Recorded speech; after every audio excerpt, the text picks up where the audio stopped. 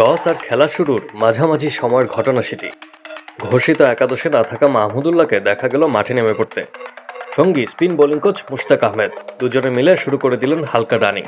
অগ্রগতি বলা যেতে পারে এটিকে, কারণ আইসিসি একাডেমিতে ভারত ম্যাচ পূর্ব অনুশীলনে মাঠ জুড়ে শুধুই হেঁটে বেরিয়েছেন এই অভিজ্ঞ ব্যাটসম্যান।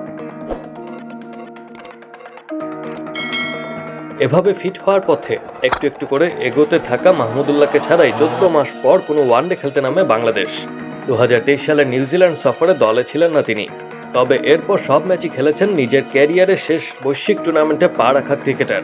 না খেলার মতো অবস্থা তৈরি হয় গত 15 ফেব্রুয়ারি দুবাইতে বাংলাদেশ দলের প্রথম অনুশীলন সেশনে। ডান পায়ের কাফ মাসলে চোট লাগার পর থেকেই আর ব্যাট বলার অনুশীলনে নেই তিনি। পাকিস্তান শাহিনসের বিপক্ষে চ্যাম্পিয়ন্স ট্রফির প্রস্তুতি ম্যাচও খেলা হয়নি। হাঁটা থেকে হালকা রানিং পর্যন্ত এগুলোও উন্নতি ধীর গতিরই। তাই শুক্রবার রাতের ফ্লাইটে দুবাই ছেড়ে ইসলামাবাদে রওনা দিতে যাওয়া দল রাওয়ালপিন্ডিতে নিউজিল্যান্ডের বিপক্ষে 24 ফেব্রুয়ারির ম্যাচে মাহমুদুল্লাহকে পাবে কি না সেই সংশয় উচ্চারিত হওয়া অস্বাভাবিক নয়। ফিট হওয়ার জন্য পুনর্বাসন প্রক্রিয়ার মধ্য দিয়ে যেতে থাকা এই ব্যাটসম্যান ওয়ানডেতে ছন্দেও ছিলেন বেশ। নিজের শেষ 4 ইনিংসের প্রতিটিতেই 50 করা মাহমুদুল্লাহকে নিয়ে অবশ্য উদ্বেগ ছড়ালেন না বাংলাদেশ দলের ম্যানেজার রাবিদ ইমাম। কেন উদ্বিগ্ন নন সে ব্যাখ্যাও দিয়েছেন তিনি।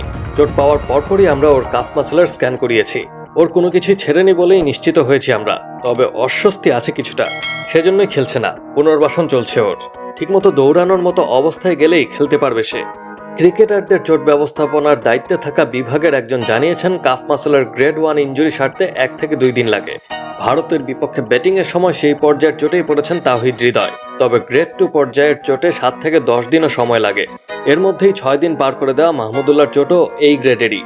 রাবিদ আশাবাদী যে কিউইদের বিপক্ষে পরের ম্যাচেই পাওয়া যাবে তাকে। Action sports.